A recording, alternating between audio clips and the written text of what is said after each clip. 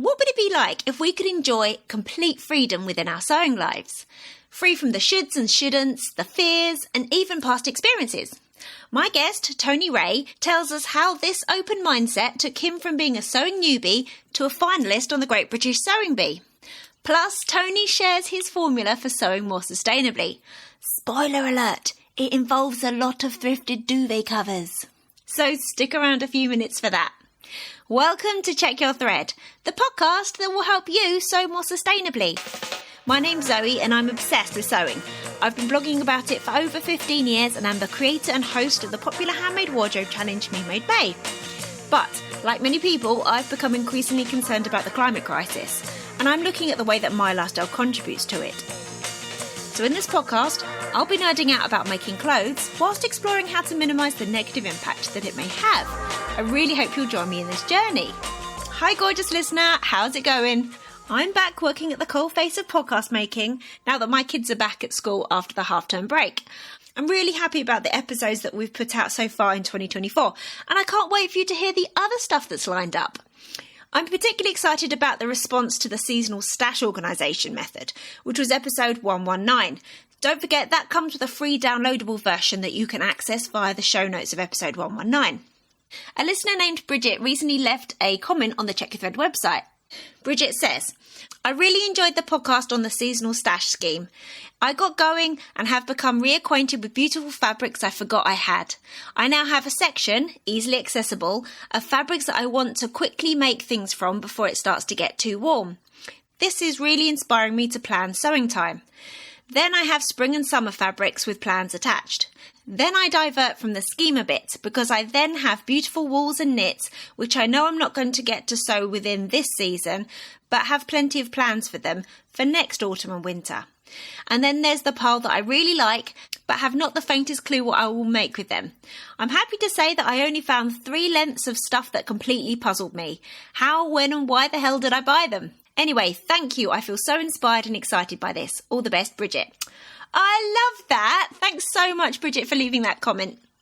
I really like how Bridget has adapted the seasonal stash system slightly to include a 4th pile. I'm so pleased that it's provided a useful framework for you and that you're excited about sewing up your lovely fabrics. I'm also finding that I'm really relying on the seasonal stash system myself at the moment. So, my sustainability win for the week is that, as of Valentine's Day, I completed my last Sew Standing challenge. I went for over a year without buying fabric, sewing patterns, haberdashery such as zips or elastic, or new sewing tools. I only sewed with what I already owned for an entire year. I did buy some sewing machine needles and thread, which are allowed in the rules, but I did it! I achieved what I set out to do, which I talked to Lisa Bauer, the creator of the challenge, about in episode 118. My main goal was to quieten my brain and stop thinking about future projects, and instead focus on all the awesome plans and existing resources in my stash. Has the volume of my stash reduced? Not dramatically, but it's more under control than it's ever been. But now that last Sew Standing is over for me, I really feel like the real challenge has begun, because the guardrails are off, I'm not beholden to any rules. I still have the same goal to reduce my stash by sewing it into lovely things. And now I'm allowed to purchase some extra lengths of fabric to fulfill specific wardrobe needs. But really, it's up to me and me alone to achieve that, And this is where my seasonal stash system is really helping me. I have a long list of ideas of things to make with what I already have. And at times I found myself considering starting some of them that really don't make sense to make right now. So I just go back to my stash. What's in pile number 1? The one that's staring at me when I open the cupboard door. I just need to pick from that pile, whatever piece is inspiring me the most in that moment. Which actually leads me to my sustainability fail for the week. As I mentioned in the intro to last week's episode, I started a blouse project that used a very precious piece of viscose that's been in my stash for about 5 years. I was so sick of it taking up real estate in my brain as I was just mulling over what to do with it. Well, as I said last week, I was using a new to me sewing pattern, and I should have made a toile, but I didn't, and it ended up looking awful. I don't actually even think that there's anything I can do to salvage the project. At some point, I'll harvest as much of the fabric as I can and make it into something else. But right now, I can't even look at it, and I'm super annoyed with myself because it was entirely avoidable. But funnily enough, I'm still glad that the length of fabric is no longer in my stash. That might sound weird, but now it's out of there and it's been cut into. I can make something from what's left in the future, but it's not super precious anymore, you know? So now what's on my sewing table is actually 2 more pieces of fabric that have been in my stash for way too long. I'm actually about to cut into a piece of fabric that I bought from Mood Fabrics in New York when we were on our honeymoon back in 2012. You'll be relieved to know that I'm using a pattern that I have already sewed twice before, so it is not new to me. I'll report back on that next week. I hope that your current sewing and crafting endeavours are going well and bringing you lots of joy. This week, I want to take a sec to thank new patrons Terry, Bridget, another Terry, Lindsay and Linda, who kindly signed up to support the podcast since the last episode. And I want to thank existing patron Heather for upping the amount of their support. You are all awesome. If you enjoy the podcast and reckon you wouldn't miss the price of a cup of coffee each month to help keep it going, then please find the link to sign up to the Check Your Thread Patreon in the show notes and on the website checkyourthread.com. If you do so quickly after this episode drops, you'll be able to join us in either or both of the Patreon-only mending meetups, which are taking place this week via Zoom. So, today's episode. This is a fun conversation that I'm excited for you to hear. I really enjoyed watching Tony on the Sewing Bee last year, and I've enjoyed following his sewing adventures via Instagram ever since. What particularly caught my attention on the programme was how Tony was just encountering new to him projects, fabrics and techniques every single week. And instead of freaking out, he just kind of embraced each challenge and clearly saw it as an opportunity to try something new. And then you'd see him take something that he'd just learned in one challenge and apply it to the literal next challenge. That sense of freedom and openness was really exciting to watch, and it got me thinking what we might be missing out on if we don't have a fearless approach ourselves. So I invited him for a conversation about all this, and I think you're going to find it really interesting. So until next week, take care of yourselves and your loved ones. Please do something to take care of the wider global community, particularly those who are currently fearing for their lives and have been forced to leave their homes. Personally, I plan to make another donation to Médecins Sans Frontières as soon as I've been paid. May I also heavily suggest that you make a toile or muslin of any new-to-you sewing pattern. And enjoy!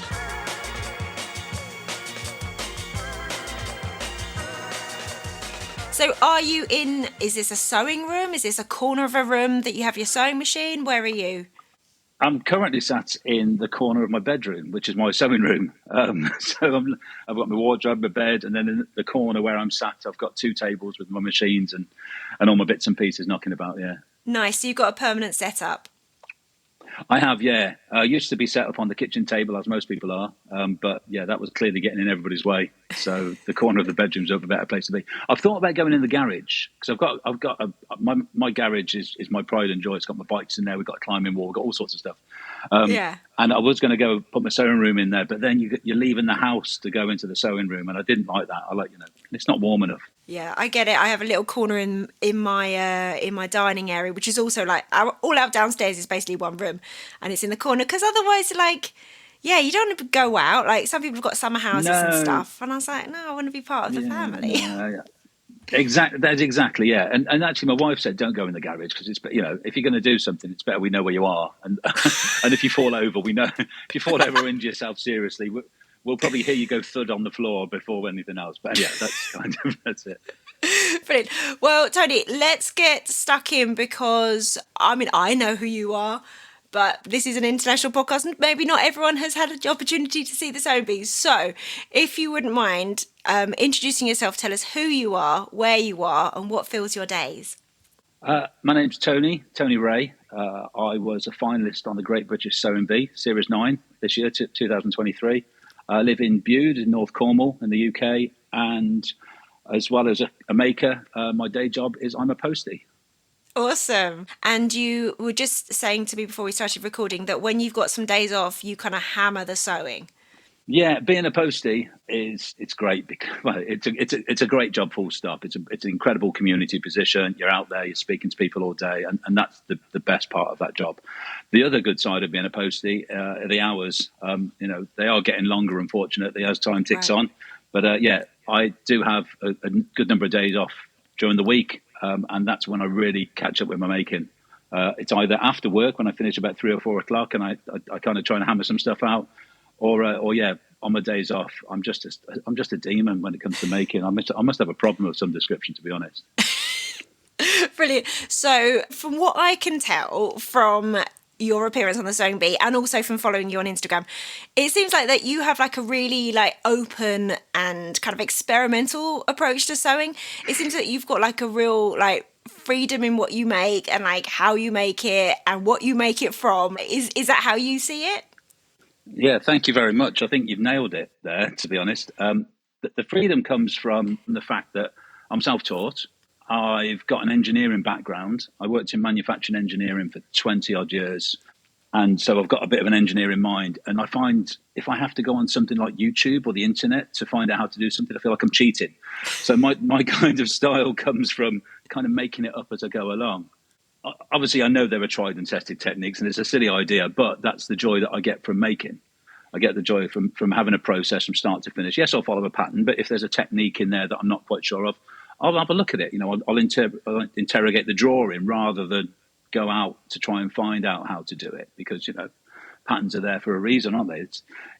In my mind, it is engineering because you've got a drawing, you've got something you've got to make with, and you get to use some really fantastic tools. So Absolutely. that's the way that I approach my sewing.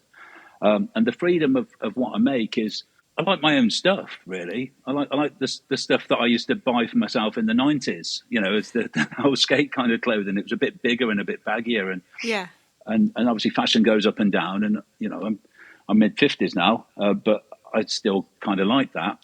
What I used to like. So yeah, that's where the freedom comes from. I want to make what I want to wear. So yeah, that's that. So yeah, you nailed it. That's me. I love that. Yeah, because I think that's how a lot of people get into sewing, either because they can't find the style that they want, or a lot of the clothes are not made for their bodies in some way.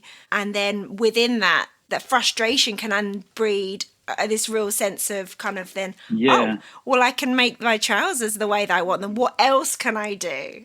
That's exactly it. It's the what else I can do as well. It's the what else I can do, which is the fantastic bit. It's kind of like, yeah, I started making bits and pieces. I love making shirts. I'm sure you've seen that on Instagram. Yeah. I can't Yeah, get you enough of can't shirts. hide that. That's a problem I do have for shirts.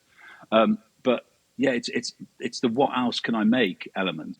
When I first started sewing, it was it wasn't an accident really, but I was. Yeah, so how did you start sewing?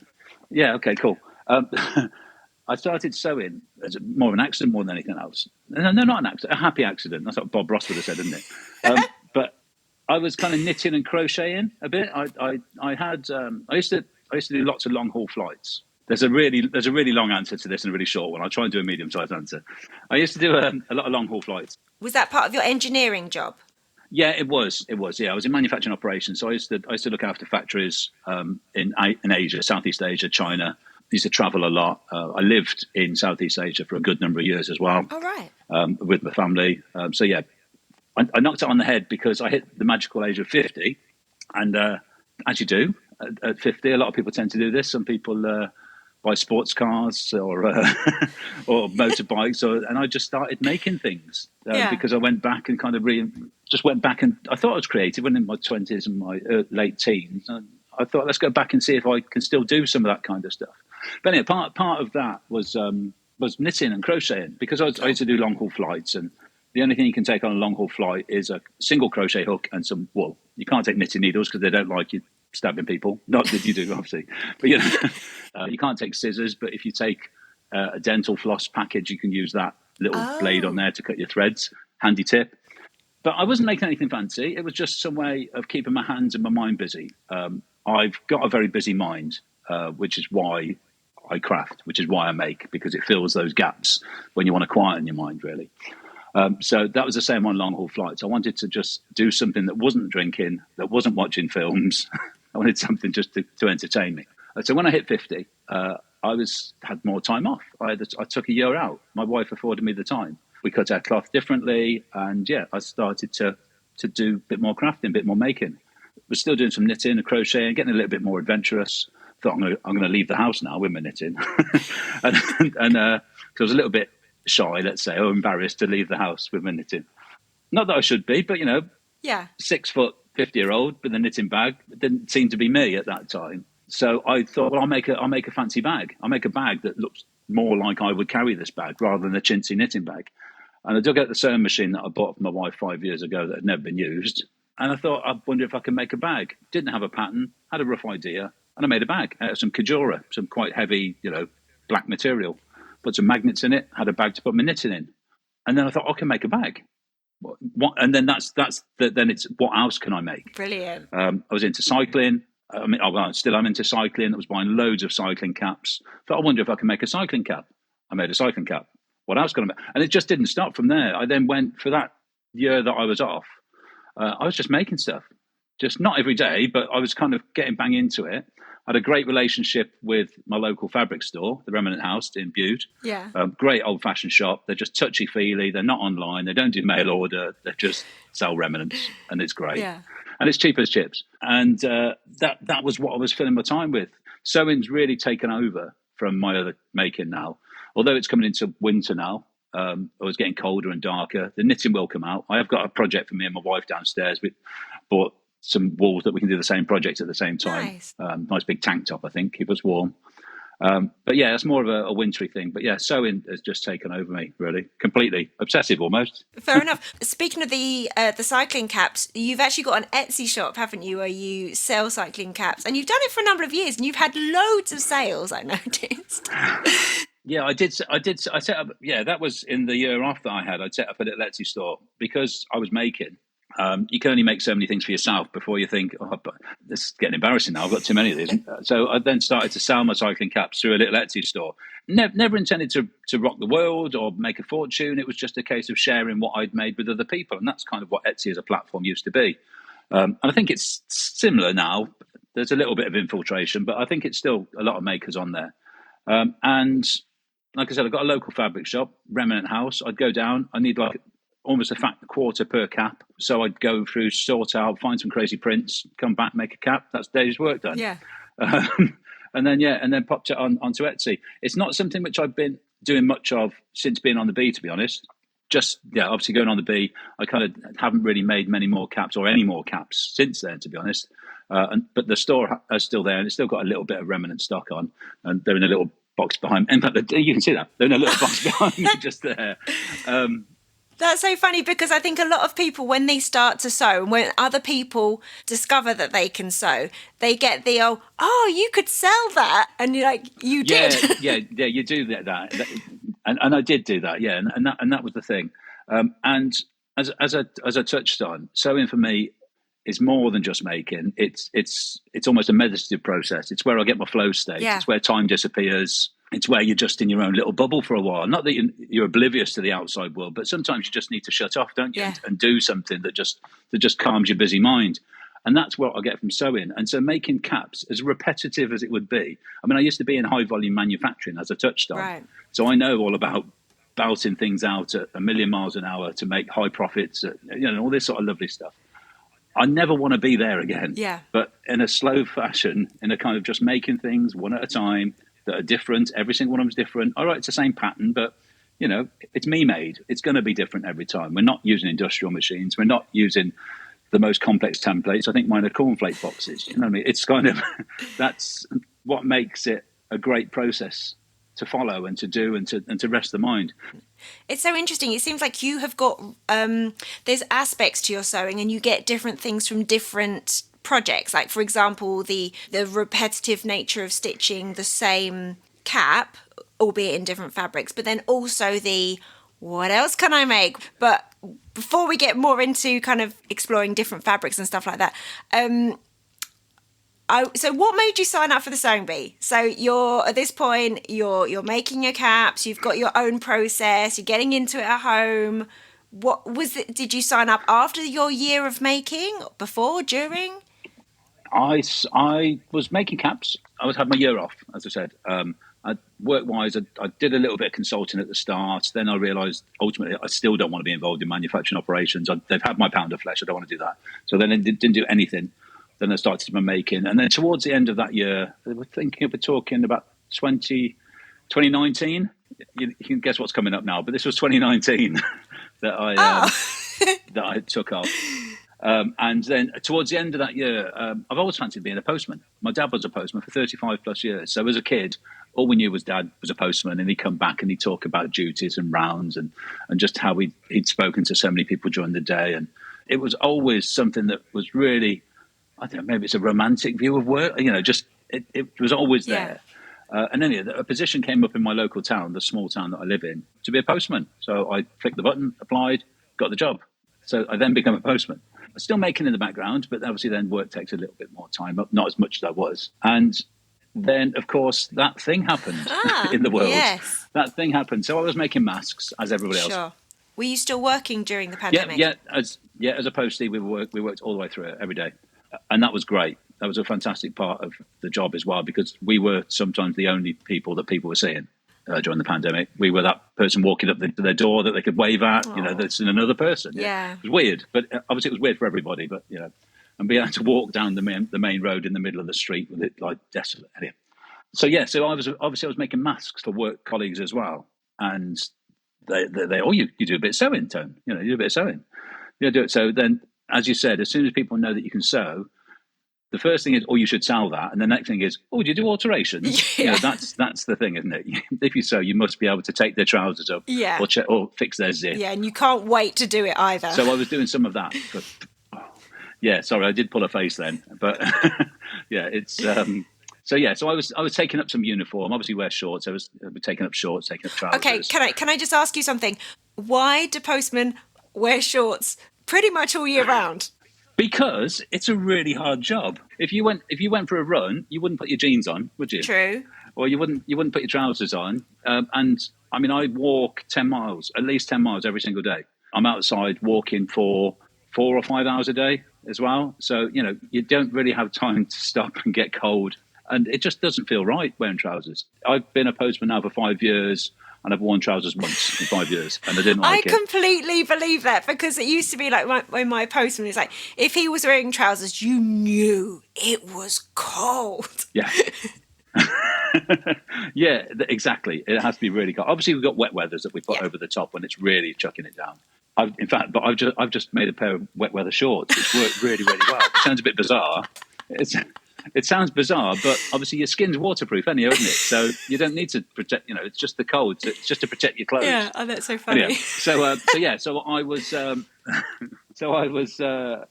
got to try things, haven't you? So I was making masks and doing alterations, and then the questions. Hey Tone, you should go on that Busy Bee thing. Oh, that's the third thing, isn't it? You should sell that. Can you do more alterations? Yeah. You should sign up for the sewing bee. We're like, yep, no, and yep. That's it. Yeah. So that's the thing. And so they kept going on about it. And my wife, Jane, she said, you do realise if you click that button, you're going to get on that show. I went, no. So I applied for 2 reasons: to prove my wife wrong, that I wouldn't get on, and to say to all my work colleagues, I clicked and I didn't get on. Okay, just to silence everyone, like I've done it, all right? But I mean, you must have been all right with the fact that it might happen. I think after having the year off, my mindset changed into you just got to try everything, haven't you? So I clicked the button, and I clicked the button on the very last day of the application process. Again, trying really hard not to get on, just in case there was just a chance. But just you're being really obnoxious in all your answers. No, obviously I did answer with all of the right information, which is clearly how I got through the selection process.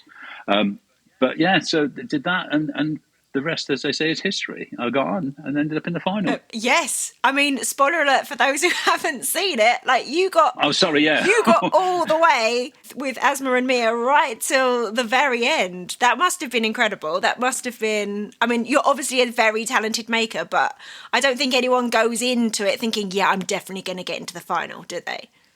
In my mind, I was I was the beginner. I was the outsider. I had been making for a lot less than other people. I'm a white 50-year-old man. I don't fit your standard demographic of a maker or a home sewer. More importantly, the home sewing market is geared not necessarily towards me and my kind, let's say. I completely agree, and I'd like to explore that a little bit for a minute, because I do think the quote-unquote, I'm doing silly quote marks now, face of sewing, it's normally a white, middle-aged woman with English as their first language, middle class, probably got a couple of kids, probably not doing too bad financially.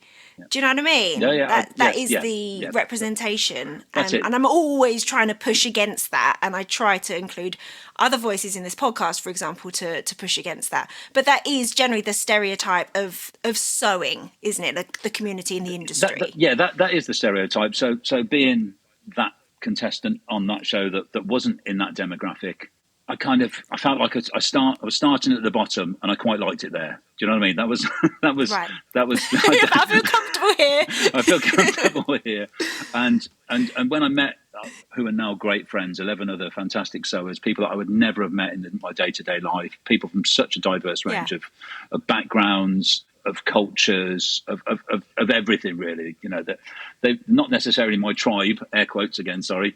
But, you know, they are now, and absolutely fantastic. But when you first meet people and you see the fantastic things they've made, and you think, well, you know, I make really big, boxy, utilitarian stuff that, you know, if we were to go down a catwalk, I look like a welder that's just finished work compared to somebody that's wearing the most incredible, glamorous or exuberance, you know, just incredible. So I did feel like a fish out of water completely. But as I said, my engineering mind can follow a pattern. I can break things down. I know how to put processes together, how to do timings. You know, that's how I approach every single task. Obviously, when it came to the made-to-measure tasks on the show, we do have a chance to practice there, where you're sent a brief ahead, and you're allowed to practice. You don't have much time at all, but at least you can practice. And so, my makes on my made-to-measures were very, and people have said this to me, were very clearly me. They weren't obvious. They weren't flouncy. They weren't bouncy. They were pretty simple sometimes in their construction, but it's about the execution. And I just stuck by myself. I just put my money on myself and just said, look, I'm going to do that for lots of reasons. You know, a lot of the made-to-measures, you know, you get connected with them. And I was connected with all of them, to be honest. And I won't say it paid off, but I was glad that the judges could see what I was trying to do with them. Yeah. Well, it really seemed that from like week after week, every time you were kind of thrown a new challenge, you just completely embraced it. You just, unless they were like very carefully edited, there was like no grimacing, you know, there wasn't a lot of like, scary fear faces. You were just like, yeah, okay, cool, let's give it a go. And that really comes across. Yeah, no, that was how it was, to be honest. Because the majority of what I made on that show, I had never, ever made before. I'd never made before. You know, I recently I was lucky enough to be able to display all of my garments here in Bude. There's a small space, a gallery space that allowed me to show my garments. And when I put them all in the room, I looked at them, I thought, all in one go. I thought, I'd literally never made anything like this before going on the show. And of course, you could then say, well, you're an idiot, mate. Why bother going? Why did you even think to go on the show if you've never made anything like this? It's all ladies' clothes. I think we made one or two men's things. But yeah, it's because every week it was something new. Every week it was a challenge. Yeah. I didn't know how to make these things, but I had a plan. I had a plan. Here he goes. I had a pattern, you know, in front of me. Yeah. I can follow a pattern. And was it a cool head? I don't think so. Inside my head, it's not cool at all. To be honest, it's all running at 1 million miles an hour. But yeah, externally, maybe it did look a bit cooler. But a lot of the ways one of the ways I approach most things in life is, if you've got something in front of you, deal with it as if you chose to do it that way. So it could be the most heinous thing, but you have to change your mindset a little bit and say, right, well, let's just deal with this as if this is what I chose to do today, you know. And that was the same with all my makes as well, you know. I mean, the very first challenge on the show was a blouse, was a lady's twist top, which is completely French seamed. All the arms, everything was French seamed. It was like, what on earth am I going to do? I've landed in the wrong show, clearly, because this is you know, it's a lady's blouse and it's all completely French seamed. I'd never done anything like that before. But it's just a series of processes, isn't it? And that's exactly it, yeah. That's exactly it. And yeah, so week on week, I'd learnt new techniques, and I could then use those techniques in subsequent weeks. In fact, I think it was quite obvious from the edit that they showed that I was using techniques that I'd learned sometimes just the week before, you know.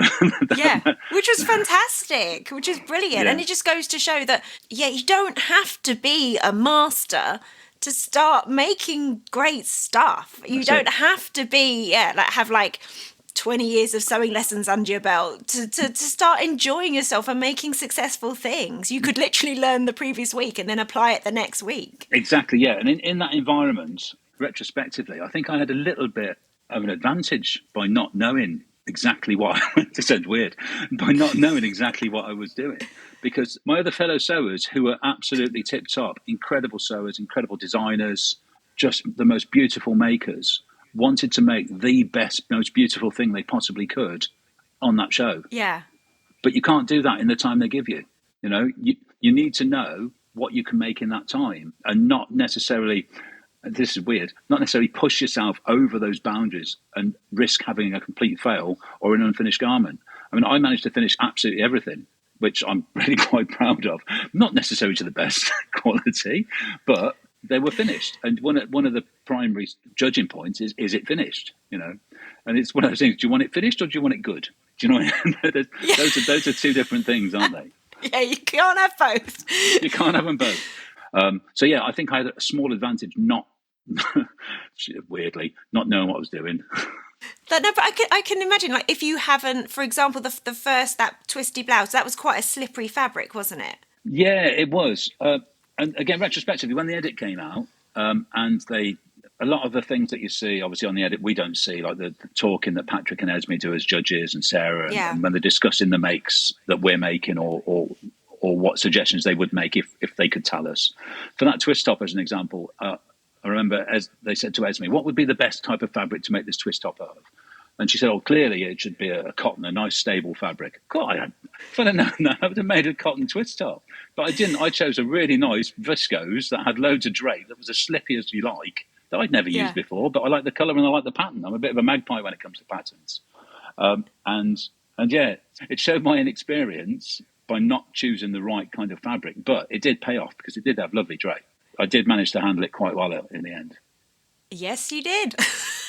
Oh, by the way, I just have to let you know, I don't know if you all know this, but those of us that work at Fabric Godmother, we do a sweepstake every year and we get assigned a contestant. All right, and we all put a fiver in, and the one who wins at the end gets the money. I was assigned Fauve this year. Oh, Fauve, bless her. And my friend Naomi had you. Oh, right, okay. Hi, Naomi, if you're listening. Sorry about that, mate. So, okay, let's talk about, obviously, one of the challenges that you get given every single week is the legendary transformation challenge. So that's where, I mean, most people who listen to this podcast have probably seen it. It's where you get presented with an unusual form of textiles, and you've got to very rapidly turn it into something else. Like, I mean, you've obviously been quite an experimental sewer from the beginning, but were you used to tackling unusual kind of sources of textiles at that point? Was that quite new to you? Yeah, the transformation challenge is horrible. I think everybody hates the transformation challenge. You can't prepare for that. Is it because of the time limit, though? Because I have sometimes think, I wish that they would swap it over and do the pattern challenge, do that in 90 minutes, like just see how far you can get. And then maybe give more time, like 4 hours or something, to the transformation challenge to then, do you know what I mean? Make something that is well finished. And maybe that would encourage more people to have a go of using deck chair fabric or tents or something. I mean, this year, though, was crazy. I mean, they got us making some ridiculous stuff. I mean, Windbreaks, that 6x4 artist canvas. That was amazing. Specially commissioned by Leeds Fine Arts students. They really went out there with that idea, didn't what else did we have? Shower curtains, tote bags. What was your favourite? What were your least favourite then from the ones that you were? All of them were my least favourite. They were awful. Do you think if you'd had time, you would have liked it more? No, it's such a difficult thing. The transformation is great fun. I'm not kidding. It's great fun. There's no magic of TV with that transformation challenge either. It's you're stood behind the table. They whip off the blue piece of cloth, show you what you've got. You say you've got 90 minutes, go. Yeah. There isn't like the magic of TV where they stop the cameras and go, right, have a think about this, and then we'll start the clock. It's none of that. Whip it off, get on with it. And it's the brain just goes into meltdown. And I think that's where it's kind of the make or break of that transformation. And for me personally, that was part of my growth in sewing. Really, as the first transformation, they said make something that you make and that you would wear. So I made a pair of shorts. I make those all the time, and that was great because that's kind of just eases you into it. And then, as I was learning 2 new techniques each week, that meant I could put those into the transformation. and do things that I would never have thought. Like, I didn't know how dresses were made. So I think week 2 was travel week, and we had the windbreak. That was my favourite transformation, the windbreak, when I made a triangular cagoule. It had arms that could only fit a T-Rex. The actual the silhouette of it looked lovely, and it had a big hood on it and a big colourful zip. That was great fun. But that came from the week before when had to make a dress. So I then understood the triangular panels of dresses and how I could quickly make that. So each time we did a pattern challenge, I would use techniques about that. You were really flying on the seat of your pants, weren't you, in this competition? Well, I was, because I was just enjoying it, because I clicked the button, not expecting to, as most people do. I mean, I didn't think I was the best sewer or the best amateur home sewer, or whatever it's called. But I love to sew. I love to learn things. Yeah. As I was saying, as time ticks on in life, you don't get many new experiences, and you should just embrace them and just do them and just deal with it. Just do these things, because again, as time ticks on, you don't care what people think about you, because you're stable in your own mind as who you are, as what you look like. You don't care that people, because you are you at the end of the day. That's not too philosophical. It's just how I think you get to feel. You become more emotionally stable, don't you? That's the way that it works. That's very much the phase of not caring what people think that I'm going through right now. Yeah, I love it. I literally, it's fun, isn't it? I love it. I absolutely love it. But anyhow, and that's why I'm loving what I'm making at the moment. But yeah, so but with the transformation challenge, the materials that we got to use were crazy. I had used thicker material. I'd made bags, cycle bags, let's say, for my bikes. I made it out of some heavy Kajora material, which I've been used to try and shove that through my machine, and sometimes working, sometimes not working. Bizarrely, sewing tarpaulin. We've got some rabbits that we keep as pets, so every year I have to make a new tarpaulin to go over the top of that. So I sew that up. So again, I've been used to using some weird and wonderful fabric. Right. So you have been, yeah.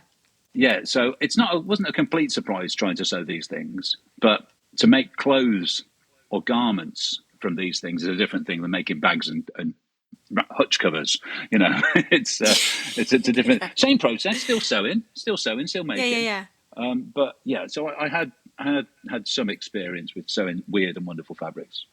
So let's talk about fabric selection a bit more. So you seem pretty bold when it comes to choosing fabrics in terms of like the colours and the fibres and the sources. So like, what do you prefer to work with, like when you're making clothing without a TV camera in front of you? I love using really nice, stable fabrics. I like using thick stuff. I like using cotton drills, twills, cottons, polycottons. Yeah, I do quite a lot of blacks, greys, greens, camos, utilitarian materials, navy blue. So a lot of workwear inspired material fabrics, let's call it. I've just got hold of a really nice an offcut of some camo linen, which I'm quite looking forward to trying. I know. Oh, what's that going to be? It's going to be a pair of trousers. I'm obsessed with trousers. That's my new obsession, trousers. Zero or minimal waist trousers. I'm trying as many patterns as I can possibly get into it at the minute. Can we just mention, though, you were saying, like, I like quite dark colours like that. I just saw you make a Postman Pat shirt out of a duvet cover. So that doesn't entirely ring true. No. So what I like to make clothes, so the jackets and trousers I wear, but my shirts, I go all out on my shirts. I love those. Right. That's where if I see a mad print or a duvet set with a mad print, that's what I make my shirts out of. I'm kind of, air quote, known for my shirts now. I made a bit, actually, on the show, I made a rod my own back with my shirts, actually. The filming for Sewing Bee was done in blocks, so there's 2 episodes per block. So you filmed 2, and depending on where you went, and then you came home for a couple of days, and you went back, and then you did a filming for the first block. I took 2 shirts with me, 2 of my favourite shirts, skull shirts. I'm sure you saw. I love a skull. And I come back from that first block thinking, oh no, I've run out of shirts now. I'm going to need to make it. So I had to make 2 more shirts. I didn't have to, but God! I thought, so on top of all the other making that you're doing for the program, you're having to dress yourself. That's what I'm talking about. I was made a rod my own bag, so I thought, so the first thing I did, getting home after filming each block, is I made 2 shirts, which I then took up, wore those, then of course got through. I had to come back, make 2 shirts. But that was nice, because that was kind of when I touched on earlier on about doing that same thing, that meditative process, something that you know what to do and how to do it, and it kind of just calms everything down. I can belt out a shirt in an hour and a half, and I love it. Wow. That's my thing. And that's what, so I'd come back, I'd sit down at my machine. I didn't have to think about made to measures or transformations or anything being against the clock. I could just make it. I'd go down to my fabric shop, choose a couple of prints. Again, these dead stock end rolls, poly cottons, like £2 or £3 a metre kind of thing. So there's obviously, with what I do, my budget isn't that great when it comes to buying fabric. And I typically only ever buy fabric when I need it. I don't have a stash as such. Right. Oh, interesting. That's not my thing. That's not my jam. In regards to sustainability, I don't personally like the idea of having meters and meters and meters of fabric sat underneath my bed or wherever it is. So yeah, so I had to ultimately make 10 shirts for the. So do you have a preferred pattern? The pattern that I use is one that's just developed over time, really. It started off just as a basic shirt pattern block, and that's the beauty with sewing and making. You make it for you, don't you? So I have at a certain length. I know where I like my sleeves to sit. I don't like a collar stand. I like more of a Cuban collar. I like 5 buttons. I don't like 4. I don't like 6. It's things like that. And so, yeah, it's now just my shirt pattern. I've got my masters that sit in a little A4 envelope along with other things, and just dig it out, knock a shirt out. But yeah, the Postman Pat one, I've been meaning to do that for a while. My Postman round in town is actually in town, around the town centre, my little town. So we've got, as most town centres have, 5 or 6 charity shops, and I get to go in them every single day, and they know what I'm looking for. And they know I'm looking for duvet sets with big patterns and this, that, and the other, if they've got them. And yeah, the Postman Pat ones keep popping up. Oh, Tony, you would like this? You like this? No. But I gave in the other day, and people seem to have gone absolutely mad for that. But the print placement and everything is perfect, and you got that little side tag label that came out of it. I noticed that was great. I know. I was going to put it in the Secret Santa for this year's Christmas Secret Santa at work, because I'm not sure whether any of my work colleagues are on Instagram, but so they probably haven't seen it. Oh, brilliant! So also you went to the Plymouth scrap store recently. That looked fun. Yeah, scrap stores. They're a new thing to me. I'm a big fan now. Yeah, I don't think there's not that many in the UK at the moment, is there? No, I don't think there are many in the UK. I know I saw the one by more luck than judgment that was down in Plymouth. So I live in Bude. Plymouth is about an hour and a bit away. Went down to the Plymouth one, had a good look around. Yeah, it's just great. Just loads of just stuff that should have ended up in landfill that these people have rescued, or more importantly, companies have passed it on to the scrap store. And it's not just fabric or remnants. It's bits of plastic mouldings. It's stuff that kindergartens can use, playgroups can use, schools that can use in any form of crafting. It's brilliant. And yeah, I got a few good bits and pieces down there. So yeah, there's one in Plymouth. There's also one in Saltash, which is literally half an hour from Plymouth as well, less than half an hour, that we went into as well. So yeah, I'm always on the lookout for those now when travelling about, rather than fabric stores, looking for scrap stores. Absolutely. So what did you come away with?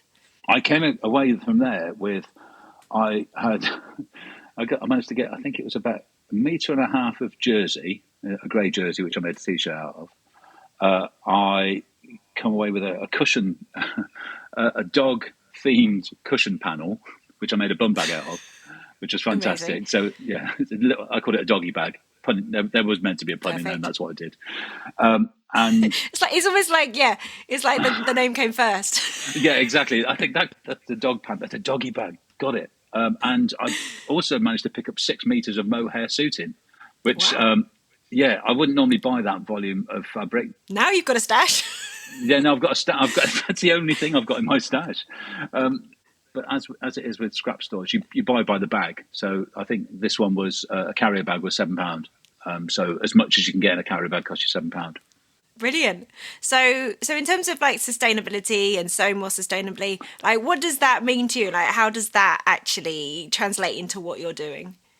In regards to sewing sustainably, for me, it's getting the most out of the fabric that you've got available to you. I like zero waste and minimal waste patterns. I'm banging into those at the moment. I think I keep banging on about it, but from an engineering perspective, it's great how somebody sat down and got a 1.5 meters by 1.5 meters fabric that, right, what can I squeeze out of that? And typically it's mainly rectangles, and then it's just how you manipulate those rectangles, whether you pleat it, whether you gather it, whether you dart it, and you still come out with some fantastic garments. And I love the boxy utilitarian style, and it suits me just fine. So I like to look more towards those. If I do use a standard pattern where you do have waste, I then save up all of my scraps. They go in a bag, and I then take those scrap bags to local schools so they can use them in their arts and crafts. Nice. Also, from a sustainability perspective, I don't buy what I don't need. Right. I love prints. I'm a magpie. I could have a room full of them. But if I buy it and I don't use it, I don't know. It doesn't sit right with me. That one, obviously, you've got a cost that you've got to outlay, but just it doesn't sit right. I'm not sure why. Just having the big stashes of fabric to me is just driving. I know that people have to make money, but it's driving consumerism, and I get it. I totally get it because I've been in the corporate world and I understand it. And now I'm not in the corporate world, so now I can reject it. To be honest, in a funny kind of way. It's complicated. It's so complicated. I'm sitting here as somebody who works for a sewing shop, and also often spend a lot of time talking about how maybe we should buy less fabric. So, whether that's a hypocrisy or just sitting in the icky middle of a complicated situation, but I completely get it. Yeah, I in your situation, I don't know how I can sit in that. I mean, not how I can sit. Yeah, how can you live with yourself? No, I don't mean that at all. So the other way that I do a lot of my sewing is I don't tend to buy fabric unless I know that I've got a project in mind or need something. Or of course, the horrible thing is I want something. Wants and needs are very different, aren't they? So, but I think if you acknowledge that, that's okay. Yeah, to try and curb my wants and not necessarily justify them as a need. But anyway, so I tend to only buy fabric when I've got a project in mind. If I'm practicing, if I'm making toiles, it's always duvet covers. It's always charity shop duvet covers or sheets or anything else that I might have knocking about. Or maybe when I've made a toile of something else, I'll rip that apart and I'll use the fabric again. And just trying to use as much fabric that's already out there, that's already been used, that's already been made, that's destined for landfill. I'd rather just take that on and just give it a good old go. And sometimes the toiles are wearable. Actually, I made a pair of trousers last night, which was the other half of the Postman pack quilt. I was trying out a new minimal waist pattern. Got very excited by it, so I had to bash that out last night. And it's just got lots of blue envelopes on it, and I'm tempted. They might make quite a good pair of festival trousers for the summer. They sound amazing. So yeah, that's kind of where I sit, or what I think about in regards to sustainability. I've got a plan for a dress for Christmas for my wife, not as a present, but for parties, etc. And in fact, I worked with a company that you know very well in regards to helping me source fabric. In fact, one of their ranges is I think it's the Eco Vero fabric. So I want to use that along with some recycled thread. So yeah, I'm hoping that the dress I'm going to make is going to come out nice. It's a black satin Eco Vero. So yeah, it should come out quite nicely. But again, that was part of a choice that I wanted to make in regards to making that dress, either to do dead stock or to do a more sustainable fabric, rather than just go and get something that's pretty. I wanted it to have a little bit more of a story and a little bit more thought behind it. Nice. Love it. So I'm loving your explorations into zero waste from what I've seen on Instagram. So I'm very lucky that I've had a chance to speak to Birgitta Helmersson a few times from the podcast. Yes, I'm aware of that. You've been having a go at the shirt, the block pants. So you were talking earlier about what it is about zero waste that excites you. So can you remember when you discovered it and what it was that's like, oh, what's that? Let's have a go. I can tell you exactly when I discovered zero waste clothing. It was on the sewing bee. Oh, because that's where I've learned pretty much everything. I think it was a reduce, reuse, recycle week. We made a pair of zero waste trousers, and I completely messed them up. Absolutely messed them up. Oh, it didn't put you off the though. Pockets that I put on the No, it didn't, because that was it. I knew that I'd completely hashed them up. I'd never done it before. I literally didn't know what I was doing, and I should have done, because it was just measuring. It was measuring out rectangles and sewing them together. But something wasn't clicking with me that day, and I stuffed up all the pockets. There were inseam pockets, which I messed up. There were patch pockets at the bottom, on the back, which the ones that I did on the show, you could have put a bottle of wine in each of them. They ended up, I didn't fold them over enough. I'd be fine with that. I'd be fine with pockets you could put bottles of wine in. Well, yeah, I think I jokingly put on Instagram a couple of curly whirlies in the back pockets. But anyway, so yeah, that was my first go into zero waste. And having finished the filming and the show, one of the first things that I wanted to have a go at to kind of exercise the demons of completely stuffing that up was to have a go. Yeah. Went online. What are the patterns that are available? Obviously, come against Birgitta Helmersson. She seemed pretty much the go-to in my eyes for what I was looking for. Did the block pants. I love a work jacket. I made a suit out of that. So cool. I used in fact, I've done a couple of suits of that one. The one that I actually wore one of the suits, which was I rescued a bit of black denim. There was 3 meters of black denim down at my local shop that somebody had bought, washed, and then brought back because they didn't like the way that the denim would wash because it had a marbling in it. So essentially that was then just destined for the bin. So I thought, no, I'll have that. So I made a zero-waste suit out of that, out of the jacket and the block pants, and I wore it on the catwalk at the Knitting and Stitching show. I know. You were there on the Saturday, weren't you? I was there on a Friday. I didn't get to see. I was gutted. Right, okay. Yeah, so I did the catwalk. And again, to use my same phrase, I did look like a welder that had just finished work compared to the other guys. But you're making wearable clothes, you know? Like It is. Yeah, it is. It is, and that's my jam. I make wearable clothes. Yeah. And I make wearable clothes for me, and I'm really happy with that.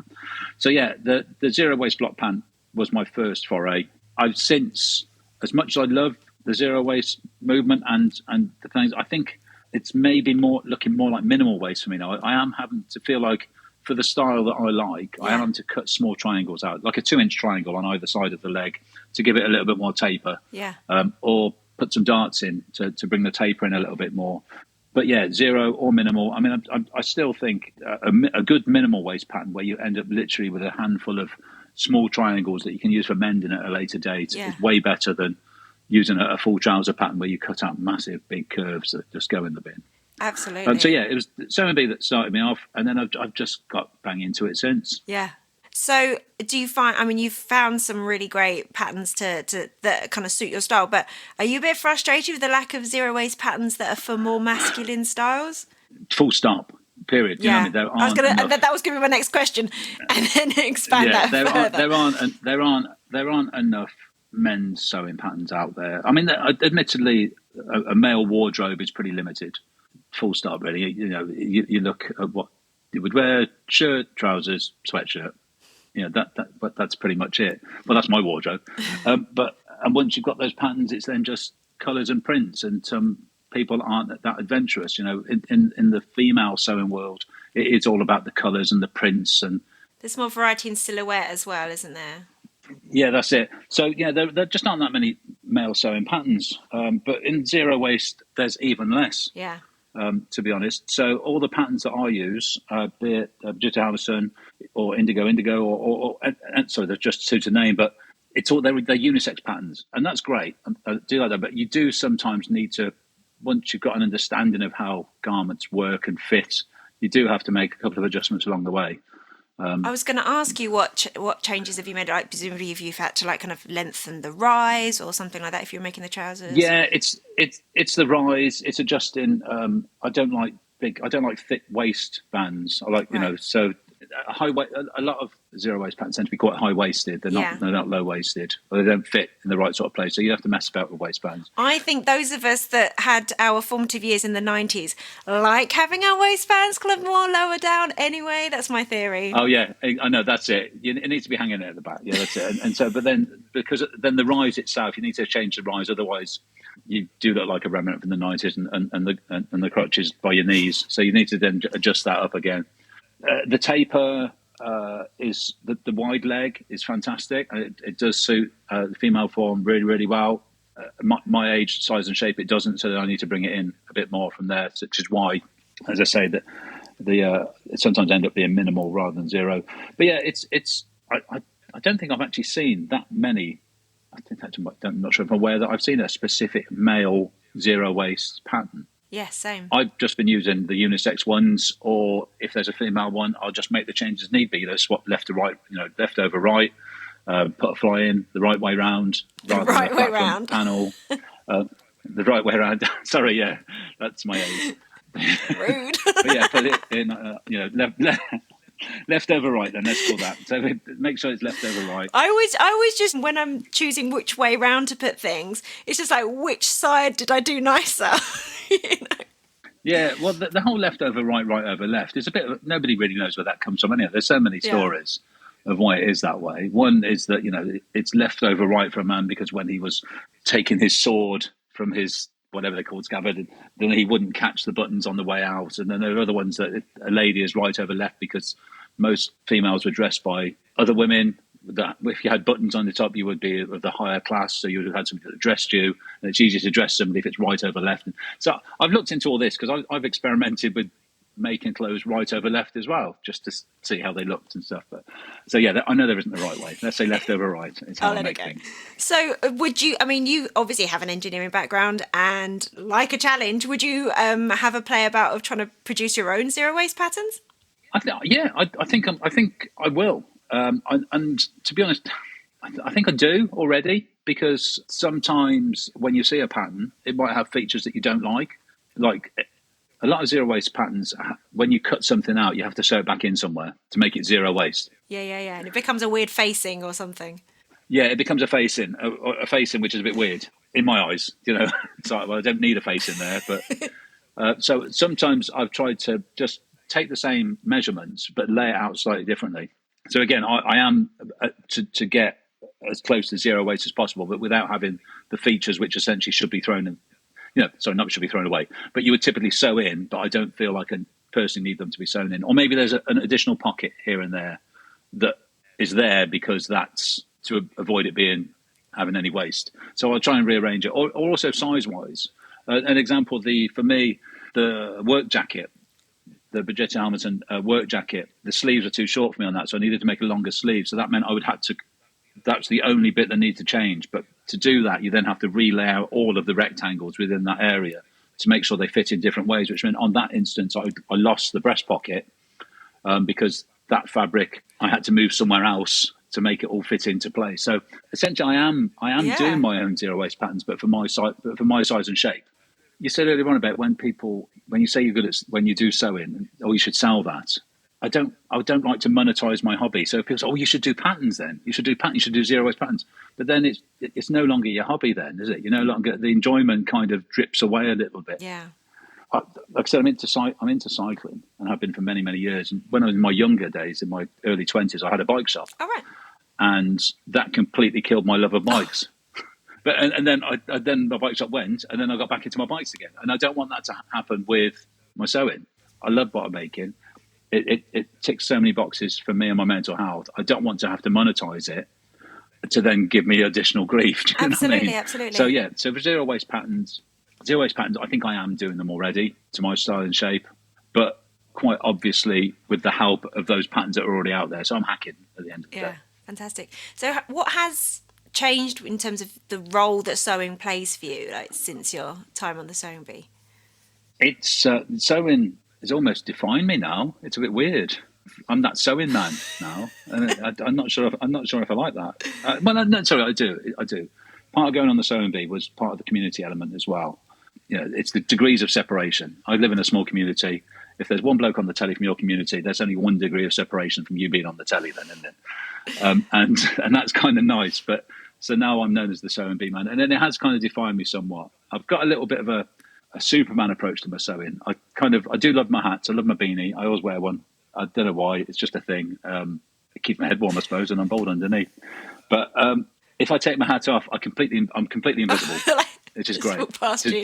To the sewing community, I'm completely invisible. But as soon as I put it back again, I'm Tony off the telly. But sewing itself has defined me. I think it has defined me a little bit. It has taken over a lot more of my time off. I'm finding people are obviously interested in what I make. Not that they weren't before, but your profile becomes higher in regards to the sewing community. That's been all weird to take on. Obviously, I do post a lot on Instagram, but that is indicative of how much I make. Yeah. It's ridiculous. I just keep making, and I am making. We talk about that obviously from a sustainable perspective, but it is that the majority of my makes are out of old stuff, or I've remade something. Yeah, so sewing's a big part of what I do actually now. Yeah, it is a big part of what I do. I sew and I'm a postman. Those are the two things that I do. Oh, sorry.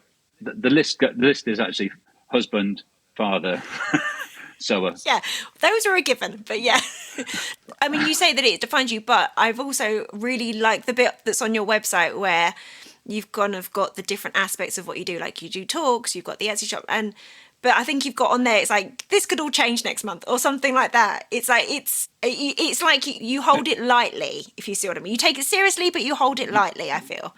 Yes. Sewing is with me now, whether I do it with the amount of vigour that I currently do it or not. it might drop off. I might get involved in something else. I said about I don't really feel like the need to monetize what I do. But, who knows? That might change as well for whatever reason. I mean, I've been lucky enough to partner up with a couple of companies since being on the Sewing Bee, which have changed my sewing considerably already in regards to giving me newer tools to use, air quote, better tools to use. I've been approached by companies, some fabric companies, to use fabrics that I would never use as well, because they wouldn't, to be honest, typically fit into my budget, or I'd know that they existed because they're not in my little fabric shop. Not at the remnant store. So, then, yeah, exactly. That's as big as my fabric world is there, really. I don't know of other fabrics. So people introducing to me to other fabrics and to other tools and techniques, it might get bigger, or in the same breath, it might get smaller. And either way, that's all good in my book. You never know what's next, do you? Absolutely. Well, that is a beautiful way to wrap this up, I think. Thank you so much. Where can people find you? On Bude High Street. Yes. Thanks a lot for talking to me. You'll probably figure out my favourite subject to talk about is me. So any excuse that I get is fantastic. If people want to know a little bit more about me, they can find me on Instagram, tonyr.maker. They can find me online at www.menmakers.co.uk. That'll point you into all the directions of all the other socials that I've got. Or if you come to Bude, you'll see me pushing a big red trolley around the town centre. Thank you so much for your time, Tony. It's been really, really fun. Cheers. Thank you, mate. That's great. Thanks so much for listening.